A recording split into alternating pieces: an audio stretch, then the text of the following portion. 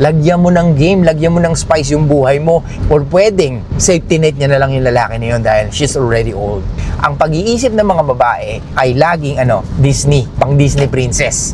Pero tayong mga lalaki, more on realistic. Parang tayo, batang Quiapo. Ang tanging pwedeng makasagabal sa paghanap niya ng lalaki is yung, so anong obra ng mga normal na lalaki or kahit na yung mga lalaking may sinabi. Hindi porkit gangster, tingin mo cool ka. Hindi ganun mga ropa. Like I said, kahit ibaba ni Casey Concepcion yung standard niya, being Casey Concepcion, mahihirapan talaga. Kahit siya, for sure, nahihirapan siya sa sarili niya. Hey, what's up guys? Sublado Moto here mga ropa! Holiday! Sampunta nyo mga ropa, buti pa kayo. So yung mga ropa, narinig nyo na ba yung balita? Si Casey Concepcion daw gusto na mag-settle. What? At the age of 40. Finally! Naisip niya na mag-settle. Lol. No, I'm just kidding. So yung basahin natin kasi may nagano sa atin, may nag-mention sa atin dito sa interview ni Casey Concepcion kay Tito Boy. So hindi na natin siya papanoorin. So basahin natin, hinto muna tayo. So yun mga ropa, ang ganda ng NLEX ngayon mga ropa, walang kasasakyan. By the way, before we start, bago natin basahin yung about kay Casey, bago natin basahin yung about kay Casey, ba't ganun? Nabubulol ako. Bago natin basahin yung kay Casey Concepcion, gusto kong sabihin sa inyo na meron nag-sponsor sa atin para sa jersey natin, riding jersey natin. So, soon mga ropa, po-post ko yun. Lalagay natin yung link para maklik nyo at mabisita nyo kung okay ba sa inyo yung riding jersey na yun, okay? Iba-ibang kulay siya, iba-ibang style, and I hope na magustuhan nyo. So, yun mga ropa, bago tayo mag-start, gusto ko lang sabihin sa inyo na meron nag-sponsor sa atin ng riding jersey. So, po-post natin yun soon. Gagamitin ko, tapos kayo na bahala humusga kung okay sa inyo or kung maganda sa inyo. And yun, hindi pa natin natatry, pero nakita na natin yung mga design. Hindi siya suplado moto pero hopefully soon makagawa tayo ng suplado moto. Lalagay ko dito yung link, tapos bisitahin nyo na lang mga ropa. Anyway, basahin ko na to. Casey Concepcion says she's ready to settle down. Gusto ko lalaking lalaki. Oh, di makamove on to kay Piolo. Actress and singer Casey Concepcion said she is ready to get married and start a family, but acknowledged that she has yet to meet the right man. In an interview on Fast Talk with Boy Abunda on Tuesday, Casey, now 40, shared the qualities. Oh, may qualities kahit 40 na. Yeah, just kidding. She hopes to find in a future spouse someone caring, dependable, and confident in his masculinity. Dapat tamaan ba to? Preferably someone na nakilala ko na. Ooh, so ibig sabihin, recycle? Or, meron siya pinapatamaan din ba rito? Lol. Someone na maalaga and provider. See, mga ropa, kahit at the age of 40, kahit Casey Concepcion, nakoneta na apelido, she still want to find the men na magpo-provide sa kanya. And nararamdaman ko na lalaking lalaki siya and babaeng babae ako. See, mga ropa, lagi natin sinasabi, women are always looking for dominante, superior, at marunong mag-lead ng relationship because women just want to feel fucking feminine. Okay? Gusto nila babaeng babae sila. Okay, tara mga ropa, pag-usapan na natin to. Anyway, Casey Concepcion, mga ropa, the product of feminism and the product of high fucking standard because she is Carrie the Cuneta surname. Dahil Cuneta siya, anak siya ni Gabi, anak siya ni Sharon, so hindi pwedeng basta-basta na magjowa si Casey Concepcion. Kailangan makakita siya na the best na lalaki na mas the best hanggat maaari sa Cuneta or pwedeng equal. So, napabalita dito dati si Piolo, yun lang ang pagkakaalam natin, also si Apple the App. And maybe the rest, hindi natin kilala. Oh, meron pa pala. Sino to? Paulo. Anong apelyido nun? Paulo, yung ni Kim, putang ina na. Wala tayong sa showbiz, mga ropa. Si Paulo, sino ba yun? Nakalimutan ko tuloy. Alam ko yung tsura niya, pero hindi ko masabi yung apelyido eh. Basta Paulo, yung ni Kim.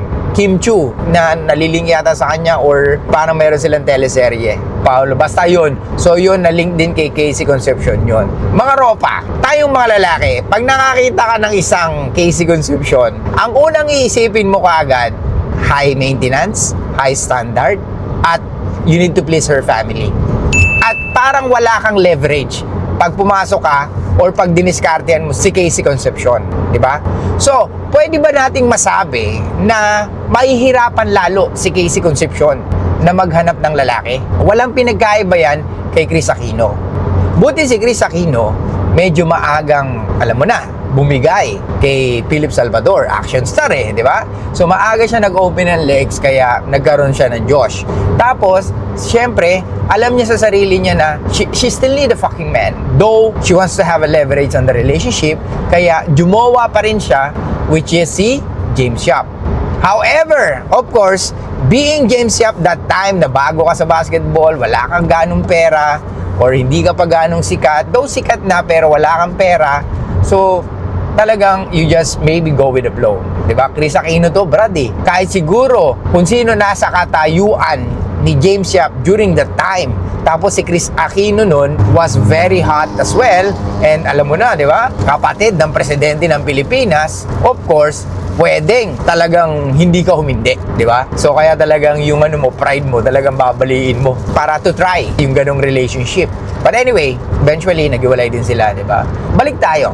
Being Casey Concepcion, mahihirapan talaga. Kahit siya, for sure, nahihirapan siya sa sarili niya. Kasi, being Cuneta and Casey Concepcion, kahit nasabihin mo na ibaba niya yung standard niya, hindi pa rin ganun ang tingin ng mga kalalakihan. Na pwedeng maisip ng mga kalalakihan, Casey Concepcion to Ano pa kailangan nito sa buhay? Diba? Halos lahat yata napuntahan na nito. Gets? Kasi pag Casey Concepcion na ang hobby is, wait lang mga ropal, malakas ulan. Siyempre, Casey Concepcion yan, medyo mahirap. Ano pa ba yung mga hindi na-experience dito sa buhay? Casey Concepcion na to. So ikaw bilang lalaki, ano ba yung mapoprovide mo sa kanya? Diba? Meron na siyang pera, secure na yung future niya. So what else can you give as a fucking man? Mahalin siya? Pwede, di ba? However, yung mga ganitong babae, syempre, at early age, ang nasa isip niyan is marami siyang options. Maraming lalaki na pwedeng magbigay sa kanya ng relationship. Na hanggang ngayon, wala. Ganyan ang mga logic ng mga babaeng nasa kanila na ang lahat, mga ropa. Mahihirapan talaga silang maghanap kasi nga may pressure. And at the same time, nandun yung ego mo or yung pagiging delusional mo bilang babae na meron kang mindset na you always want the best guy. However, like I said, kahit ibaba ni Casey Concepcion yung standard niya, pwedeng mahirapan pa rin siya kasi hindi lahat ng lalaki talagang lalapit at lalapit sa kanya. Kasi nga, Casey Concepcion na siya at Cuneta siya. Di ba? So, mahihirapan talaga. Si Casey Concepcion, yung tipo ng pag na-board, pupunta ng New York right away. Ma, punta lang ako ng New York. Siguro mga 7 days. Wala naman akong ginagawa dito. Pwedeng gano'n, di ba? O, ikaw bilang lalaki, kahit nasabihin mong Piolo Pascual ka, masasabi mo ba yun? Hindi. Kasi meron ka mga priorities dito sa Pilipinas sa kailangan mong gawin at unahin. Kasi bilang artista like Piolo Pascual, kailangan mong ma-maintain yung fame mo. Kailangan mong ma-maintain yung professionalism mo. Hindi ka pwedeng kahit nasabihin mo si Piolo Pascual is hindi ganun ka masculine, pero pagdating sa pagsusumikap sa buhay, andon yung pagiging masculine niya, di ba? Na kailangan niyang may maipundar para sa sarili niya, and at the same time, yung tinatawag natin na paglalaki ka, that may silbi ka. Kasi pag wala kang silbi, gangster ka, bukin ng ina, ang yabang mo, bukin ng ina, tapos tagutom ka, ang hirap nun, ropa. Siga ka sa lugar nyo, maangas ka sa lugar nyo, tinatatakutan ka sa inyo, tapos putang ina, mandurugas ka. Diba? Anyway, let's go back. So mga ropa, piliin nyo yung mga gusto nyong gawin sa buhay. Hindi porkit gangster, tingin mo cool ka. Hindi ganun mga ropa. Anyway, balik tayo. So Casey Concepcion. Si Casey Concepcion, like I said, mahihirapan to find a man. And also, kahit ibaba yung standard niya, uulitin ko, pwedeng hindi pa rin siya diskartehan ng mga kalalakihan. Kasi nga, may pangalan na siya, dala-dala pa niya yung pamilyang Cuneta. So, anong ubra ng mga normal na lalaki or kahit na yung mga lalaking may sinabi? Di ba? So, mahihirapan talaga siya. At eto pa, sana ginaya niya lang si Kris Aquino Di ba? Na nag-anak na siya at early age, pwede pa yun. Kahit hindi niya talaga kailangan ng lalaki, at least meron na siyang baby or at least meron na siyang anak. Pero at the age of 40, kaya pa ba? Well, dahil sa pera niya, kaya naman. Pwede naman siya mag-surrogate. Pwede naman siya mag-in vitro. Pero syempre, hindi mo mafe-feel yung pagiging ina, di ba? Na galing talaga sa'yo, sa sinapupunan mo. Yun yung pinaka-greatest gift na kayang ibigay ng babae sa mundong ito. Na ewan ko bakit karamihan ng babae ngayon, pinagdadamot nyo yun. Nag-iiba yung takbo ng mundo, nag-iiba rin ang takbo ng isip ng mga tao, especially mga kababaihan. Biruin mo, punta ka sa mall. Halos lahat ng tinitinda sa mall pang babae. Halos lahat, kumbaga binibigay na sa babae. Pero andun pa rin yung hindi sila masatisfied. Kasi nga, babae. Kasi nanggagaling lagi sa feelings. Pumunta ka sa mall, ulitin ko, pumunta ka sa mall, pumunta ka sa men's section tsaka sa female section. Ang konti ng panlalaki mga ropa. Kasi ikaw, kung magbi-business ka ng products, syempre, pag panlalaki, alam mong hindi mabenta. Kaya nga mga panlalaking products, kukunti lang eh. Pero, mahal. Kumpara sa mga babae na madami, kasi maraming supply eh. So, hindi mataas ang demand. So, pag maraming supply, of course, mura. Diba? Kumpara sa lalaki na kung kukunti options mo, kaya medyo mas pricey. Diba? Anyway, balik tayo. So, Casey Concepcion, mga ropa, she's already 40 years old. It's not easy to get pregnant and it's very high risk. Yung ikaw, lalaki ka na meron kang sinabi sa mundong ito or meron kang kayang i-provide, why you need to choose a 40-year-old woman? Di ba? At tapos, nakikipag-negotiate pa. Ang gusto niya yung lalaking ganito, yung ganyan, wala namang masama doon. Pero like I said, kahit wala yung mga yon, kahit ibaba niya yung mga yon, ang tanging pwedeng makasagabal sa paghanap niya ng lalaki is yung apelido niya. Well, hindi niya naman kasalanan yun. Pero like I said, iba ang thinking nating mga lalaki kumpara sa mga thinking ng mga babae. Ang pag-iisip ng mga babae ay laging Disney, di ba? Pang Disney princess. Tayong mga lalaki, more on realistic. Parang tayo, batang Quiapo, di ba? Nanggagaling sa hirap, nagsusumikap, hanggang sa magkaroon ng connection, hanggang sa umasenso sa buhay, hanggang sa naging bida ka. Ganun ang thinking natin, di ba? Kumbaga, realidad ang ating ginagalawan. Pag ikaw, alam mo na wala kang bitaw, then mahihirapan ka. Kasi lalaki ka eh, di ba? Tandaan mo, pag lalaki ka, wala kang trabaho, wala kang ginagawa, wala kang napupundar, wala kang kayang i-provide. Kumbaga, para kang ticking bomb na naghihintay na lang. Kaya nga may mga lalaking inis sa mundong ito. Or banas sa mundong ito. Dahil hindi nila alam kung ano ba yung kaya nilang i-provide sa mundong ito. Dahil sa sarili nila, alam nila pabigat sila. And that's the fucking truth. And that's very painful sa lalaki na tanggapin na wala akong silbi, di ba? Kaya nga kayo, mga ropa, pag kayo nawalan ng trabaho, tapos may girlfriend kayo or may asawa kayo, expect nyo na pwedeng magbago yung pagtingin nyo sa'yo. And that's given sa ating mga lalaki na hindi tayo minamahal ng ating kapareha base sa pagmamahal natin sa kanila, kundi doon sa kaya nating ibigay para sa kanila. Kaya nga magkaiba po ang loyalty na pilit nyong kinukumpara sa mga kababaihan. Ang loyalty ng mga kababaihan is to stay monogamous. Kasi pag hindi siya nagstay sa monogamous relationship, isa lang ibig sabihin nun, hindi niya talaga gusto yung lalaki na yun. Tandaan nyo ang babae, pag emotionally attached, talagang very painful yan. Nawawalan na lang talaga ng gana ang babae pag nakikita niya yung lalaki is hindi na kagaya ng dati or hindi niya na nakikita na may future pa siya doon sa lalaki niya. Or pwedeng safety net niya na lang yung lalaki na yun dahil she's already old. And that's the fucking truth, man. At yun ang pinaka-worst. Yung ginawa kang safety net kasi wala na siyang, alam niya na eh, di ba? Matanda na ako, may anak na ako. Kaya nga ang mga babae, pinipilit pa rin maging maganda. Talagang gagastos sila ng malaki para ma-maintain nila yung kanilang kagandahan. However, tayong mga lalaki, attractive sa mga babae na mas bata, di ba? And that's our biological attraction na mahirap baguhin. Though we are attracted sa mga medyo may edad, pero hindi yun pang matagalan, hindi yun pang relationship. Gets? Kaya nga sinasabi ng mga babae, hindi, pag gusto ko talaga ng lalaki, gagawa ng way yan. Yes, gagawa ng way yan, pero hindi usapan dito kung re-relasyonin ka. Yes, ang mga lalaki, pag gutom, syempre kakain. Diba? Gagawa ng way para kumain. Kung kailangan mandudugas yan para kumain kasi gutom eh.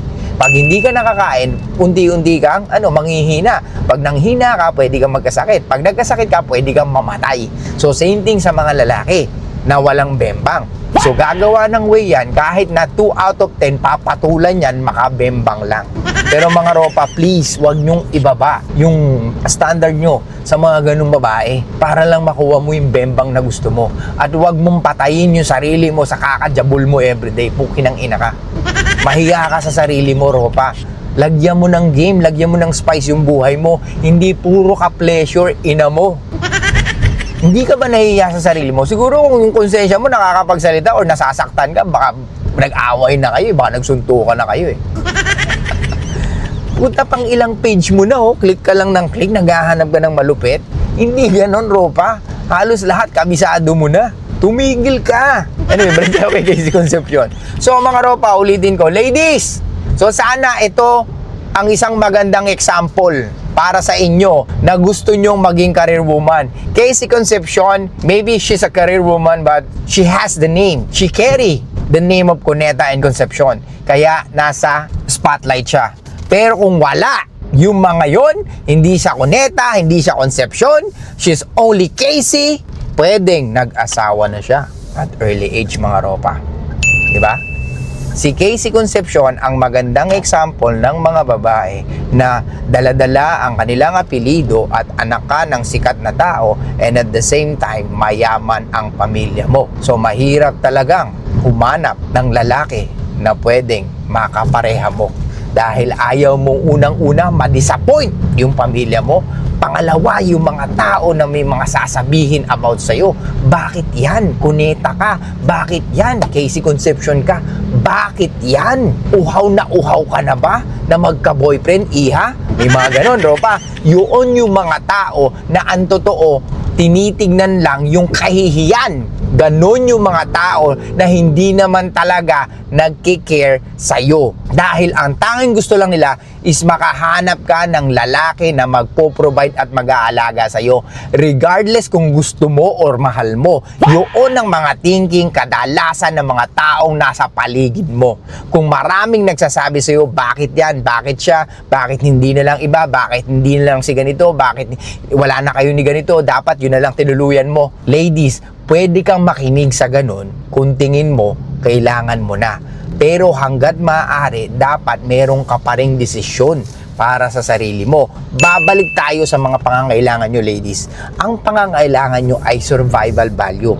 And binubuo yun ng hindi lang pera, kundi ng emotional connection, spiritual connection, physical connection, yung tinatawag natin na sexual compatibility. At syempre, dapat may mental compatibility as well. Di ba? Pero syempre, andon yung pagtingin mo sa lalaki na gusto mo na talagang siya ang lalaki maglilid sa'yo at willing ka na baguhin ang values at principles mo sa lalaki na to dahil naniniwala ka na itong lalaki na to at pinagkakatiwala mo sa kanya ang sarili mo na itong lalaki na to ay gagabayan ka para sa relasyon yung dalawa na maging maayos at maging masaya.